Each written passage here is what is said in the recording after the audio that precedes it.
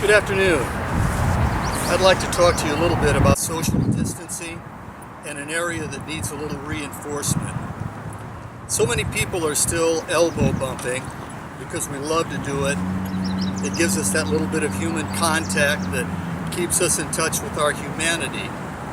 But it seems that everyone has forgotten they were also told to cough into our elbows.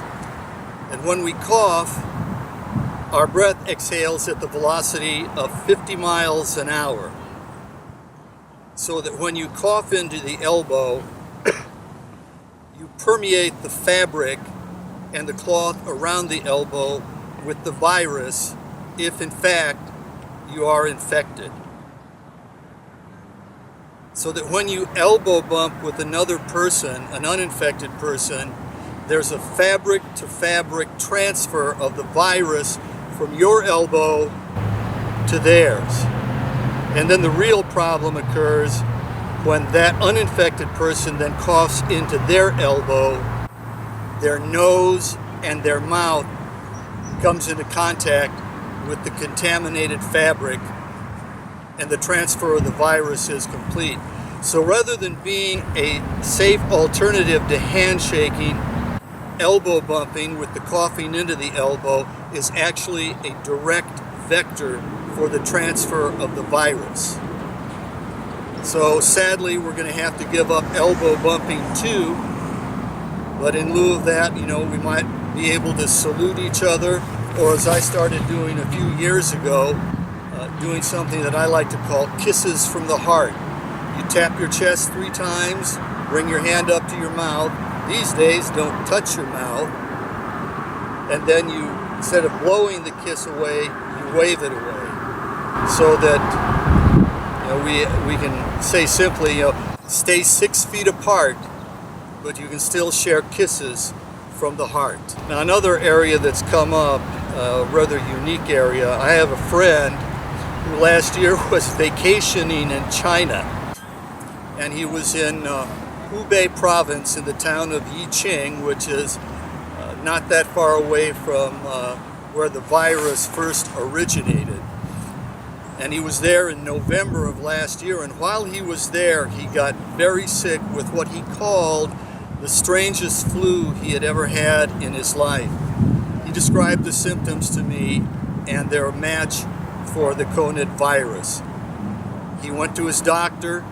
His doctor diagnosed him as having had the coronavirus, and the only place he really could have picked it up was in China. So he said to me, half jokingly, that he was probably the first American to be infected with the virus, which is probably true. So anyway, he's back over here now. His blood and his recovery is farther out from anyone else that we have here. His blood could tell us more about the antigens, everything about the blood, including the factors that protect us against it.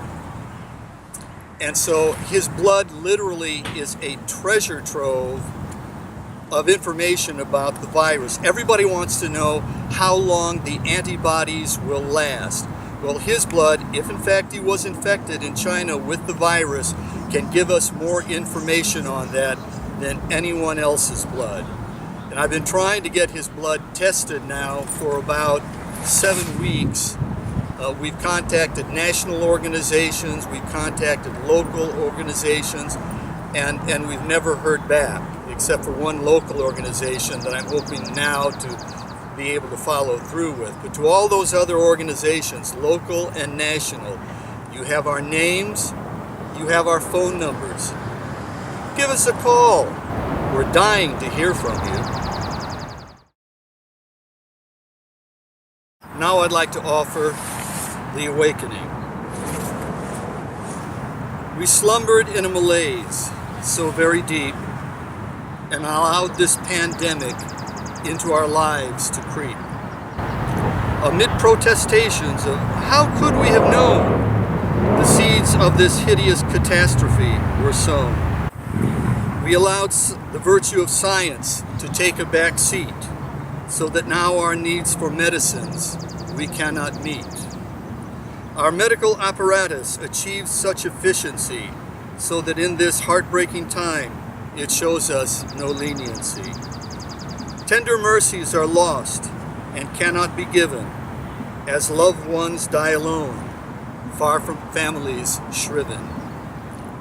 The burden of their passage falls on heroes profound as caregivers are called to hear their final sound.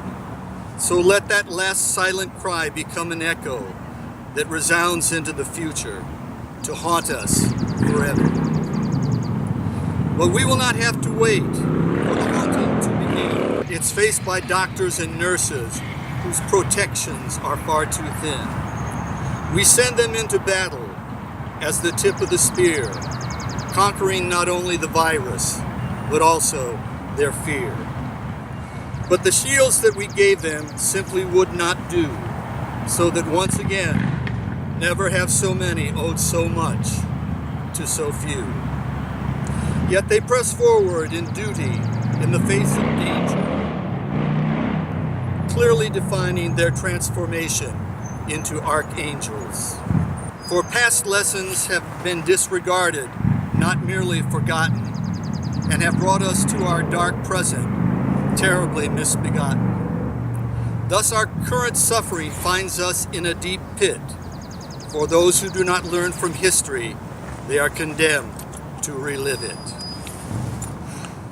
So we can awaken and save future generations from the things we must now do, our desperate machinations. For our present alarm sounded too late, that clarion call from the past allowed to dissipate. So steel ourselves we must and face this terrible foe and achieve our vital victory so that into the future we may go. A brighter day does beckon in which we can find hope. Upon it we must focus, for it will help us cope. We must sustain our efforts. We dare not falter now. A triumph for humanity from our labors we avow. We dedicate ourselves to meet the present threat. The battlefield before us, we will charge without regret. We shall summon bravery and call it to our power, so that of current generations history will say it was their finest hour.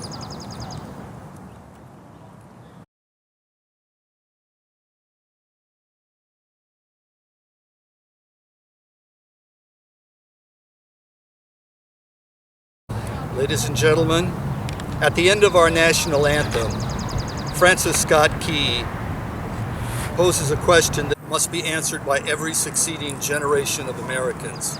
He asks, does the flag still fly, and does it fly over a land that is free and brave? With your own personal answer to that question in mind, please join now in singing our national anthem. Ladies and gentlemen, the Star-Spangled Banner.